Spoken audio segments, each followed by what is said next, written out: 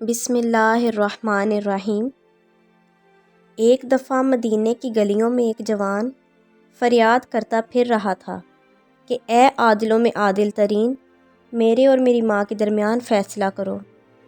حضرت عمر رضی اللہ عنہ اس جوان کے پاس پہنچے اور کہا، اے جوان، تم کیوں اپنی ماں پر نفرین کر رہے ہو؟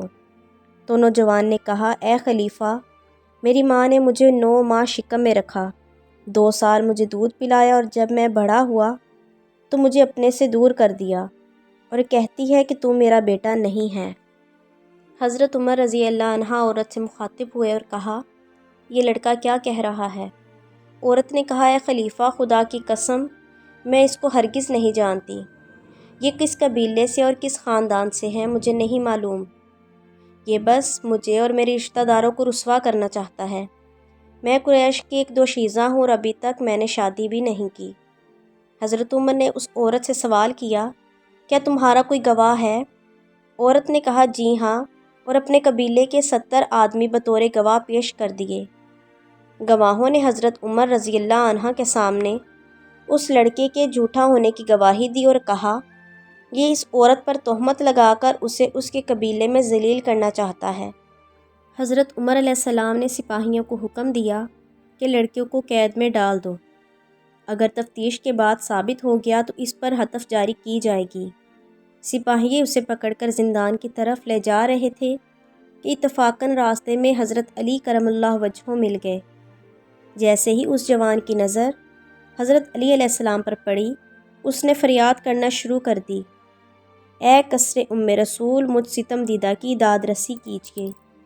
یہ کہہ کر اس نے اپنا سارا ماجرا حضرت علی علیہ السلام کو کہہ سنایا اور کہا کہ حضرت عمر نے مجھے قید کرنے کا حکم دیا ہے۔ حضرت علی علیہ السلام نے سپاہیوں کو حکم دیا کہ اسے واپس لے چلو۔ حضرت عمر علیہ السلام اس جوان کو واپس پلٹاتے ہوئے دیکھ کر غصے میں آ گئے اور کہنے لگے، میں نے تو اسے قید کرنے کا حکم دیا تھا اور میں اسے باہر کیوں دیکھ رہا ہوں؟ سپاہیوں نے کہا، اے خلیفہ، علی بن ابن طالب نے اسے واپس پلٹانے کا حکم دیا ہے، اور ہم نے خود آپ کی زبان سے سنا ہے کہ ہرگز علی بن ابن طالب کے فرمان سے روگردانی مت کرنا۔ ابھی یہ گفتگو ہو ہی رہی تھی کہ حضرت علی علیہ السلام پہنچ گئے اور فرمایا، اس جوان کی ماں کو حاضر کرو۔ عورت کو حاضر کیا گیا تو حضرت علی کرم اللہ وجہہ نے اس جوان کی طرف رخ کر کے فرمایا، کہو کیا بات ہے؟ جوان نے اپنی پوری داستان بیان کر دی۔ پھر حضرت علی نے حضرت عمر کی طرف رخ کر کے فرمایا، اگر تم کہو تو ان کے درمیان میں فیصلہ کر دوں۔ حضرت عمر نے کہا، یہ کیسے ممکن ہے کہ میں اجازت نہ دوں، جبکہ میں نے خود رسول خدا صلی اللہ علیہ وآلہ وسلم سے سنا ہے کہ علی تم میں سب سے زیادہ دانا انسان ہے۔ تب حضرت علی کرم اللہ وجہہ نے عورت سے فرمایا، کیا تمہارا کوئی گواہ ہے؟ عورت نے کہا، جی ہاں، اور پھر اس نے دوبارہ تمام گواہ پیش کر دیے اور انہوں نے دوبارہ گواہی دے دی۔ پھر حضرت علی نے فرمایا، اب ان کے درمیان ایسی قذافت کروں گا کہ جس سے خداوند عالم خوش ہو جائے، ایسی قذافت جو پیارے رسول اکرم صلی اللہ علیہ وآلہ وسلم سے سیکھی ہے۔ اس کے بعد عورت سے فرمایا، کیا تمہارا کوئی ولی و سرپرست ہے؟ عورت نے کہا، جی ہاں، یہ سب کے سب میرے بھائی بند اور سرپرست ہیں۔ حضرت علی علیہ السلام نے ان کی طرف رخ کر کے فرمایا، کیا تم اپنے اور اپنی بہن کے بارے میں میرا فیصلہ قبول کرو گے؟ سب نے کہا، کیوں نہیں؟ تب حضرت علی علیہ السلام نے فرمایا، خدا اور تم سب لوگوں کو اس امر پر گواہ بنا رہا ہوں کہ میں اس عورت کا عکس اس جوان سے کر رہا ہوں اور اپنی طرف سے 400 درہم بطور مہر نقد ادا کر رہا ہوں۔ اے قمبر، جاؤ اور درہم لے آؤ۔ قمبر گئے اور درہم لے آئے۔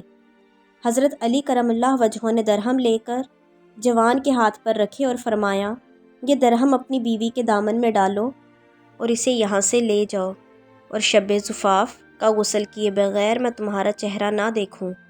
جوان اٹھا، درہم اس عورت کے دامن میں ڈالے اور کہا، اٹھو۔ یہ دیکھ کر عورت نے فریاد کرنا شروع کر دی، آتش آتش! فرزند رسول خدا، کیا تم میری شادی میرے بیٹے سے کرنا چاہتے ہو؟ خدا کی قسم، یہ میرا بیٹا ہے۔ پھر اس نے اپنے انکار کی وجہ اس طرح بیان کی کہ میرے بھائیوں نے ایک پست حیثیت شخص سے میری شادی کر دی تھی، یہ لڑکا اسی شادی سے ہے، اور جیسے ہی وہ بڑا ہوا انہوں نے مجھے دھمکی دی کہ اسے اپنے سے دور کر دو، خدا کی قسم یہ میرا ہی بیٹا ہے۔ یہ کہہ کر اس نے اپنے بیٹے کا ہاتھ تھام لیا اور وہاں سے چلی گئی۔ یہ منظر دیکھ کر حضرت عمر نے کہا، اگر علی نہ ہوتے تو عمر ہلاک ہو جاتا۔ بعض افراد نے ایک مرتبہ حضرت ابوبکر رضی اللہ عنہ سے سوال کیا، ایک شخص نے ایک دن صبح کے وقت ایک عورت سے شادی کی تو اس عورت کے اسی رات ایک بچے کی ولادت ہوئی۔ کچھ دن بعد اس آدمی کا انتقال ہو گیا تو ماں اور نومولود بچے نے اس کی وراثت میں سے حصہ پایا۔ بتائیں یہ کس طرح ممکن ہے؟ حضرت ابوبکر رضی اللہ عنہ جواب دینے سے قاصر رہے۔ حضرت علی کرم اللہ وجہہ نے اس موقع پر فرمایا، اس شخص نے اپنی کنیز کے ساتھ ہم بستری کی تھی جس کی وجہ سے وہ حاملہ ہو گئی تھی۔ جب وضع حمل کا وقت قریب آیا تو اس نے کنیز کو آزاد کر دیا اور صبح اس سے شادی کر لی۔ جب مغرب کا وقت قریب آیا تو بچے کی ولادت ہوئی، لہٰذا جب اس شخص کا انتقال ہوا تو عورت اور مولود نے وراثت میں سے حصہ پایا۔ ایک مرتبہ حضرت عمر رضی اللہ عنہ کے زمانہ خلافت میں ایک شخص نے کسی کو قتل کر دیا۔ حضرت عمر کے حکم پر قاتل کو مقتول کے باپ کے حوالے کر دیا گیا تاکہ وہ اس سے قصاص لے لے۔ اس شخص نے قاتل کو تلوار سے 2 ضربیں لگائیں اور خیال کیا کہ وہ مر گیا ہے، لیکن در حقیقت وہ قتل نہیں ہوا تھا، اور اس کے رشتہ دار اس کے نیم مردہ وجود کو اٹھا کر گھر لے گئے اور لے جا کر اس کی خوب مرہم پٹی کی تو 6 ماہ میں وہ تندرست ہو گیا۔ ایک دن مقتول کے باپ نے اسے دیکھ لیا، فوراً اسے گریبان سے پکڑ کر حضرت عمر کے پاس لے آیا۔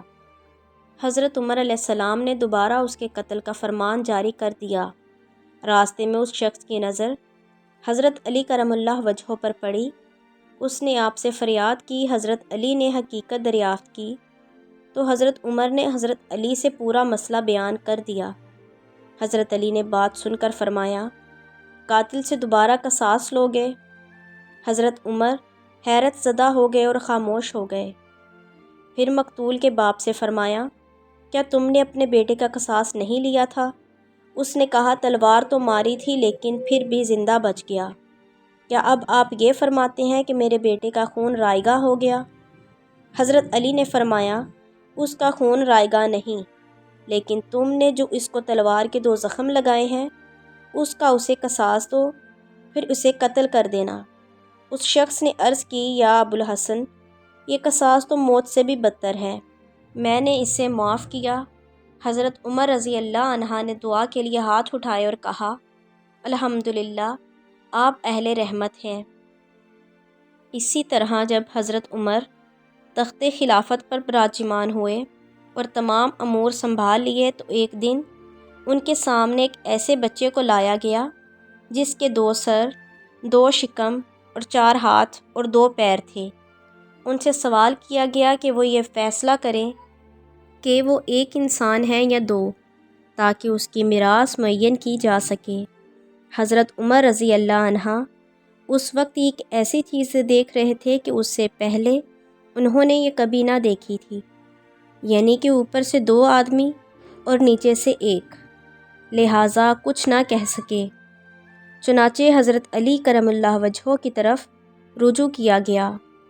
حضرت علی نے اسے دیکھ کر فرمایا، جب یہ سو جائے اور کوئی آواز بلند ہو تو دیکھو کہ ایک سر بیدار ہوتا ہے یا دونوں، ایک ساتھ بیدار ہوں تو 1 آدمی ہے، اور اگر ایک بیدار ہو اور دوسرا سوتا رہے تو پھر یہ 2 آدمی ہیں۔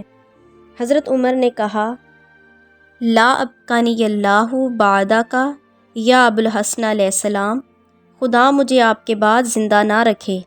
حافظ ابن حاتم بہقی نقل کرتے ہیں کہ حضرت عمر رضی اللہ عنہ ایک ایسی عورت کو زنا کے الزام میں سنسار کرنے کا حکم کر رہے تھے کہ جس نے 6 مہینے میں ایک بچے کو جنم دیا تھا۔ مامورین سنسار کرنے کے لیے لے جا رہے تھے کہ حضرت علی کرم اللہ وجہہ پہنچ گئے اور فرمایا، ہرگز اس عورت کو سنسار نہ کرو، وہ بے جرم و بے خطا ہے۔ حضرت عمر نے سوال کیا وہ کیسے؟ کیونکہ قرآن کریم کی سورۃ بقرہ آیت نمبر 233 میں ارشاد باری تعالیٰ ہے، ماؤں کو چاہیے کہ وہ پورے 2 سال اپنے بچوں کو دودھ پلائیں، اور سورۃ احقاف میں بھی آیت نمبر 15 میں ارشاد باری تعالیٰ ہے، حمل و دودھ پلانے کی مدت 30 ماہ ہے، چنانچہ اگر 30 ماہ سے 2 سال کم کریں تو 6 ماہ باقی بچتے ہیں، لہٰذا معلوم ہوا کہ 6 ماہ حمل کے بعد ولادت ہو سکتی ہے۔ حضرت علی کرم اللہ وجہہ کا یہ کلام سن کر حضرت عمر رضی اللہ عنہ اپنے ارادے سے منصرف ہو گئے۔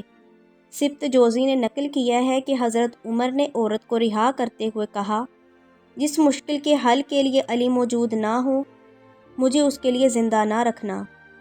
اگر آپ کو یہ ویڈیو اچھی لگے تو چینل کو سبسکرائب کر دیں اور بیل آئیکن کو پریس کر دیں تاکہ مزید نئی آنے والی ویڈیوز کا نوٹیفیکیشن آپ کو مل سکے۔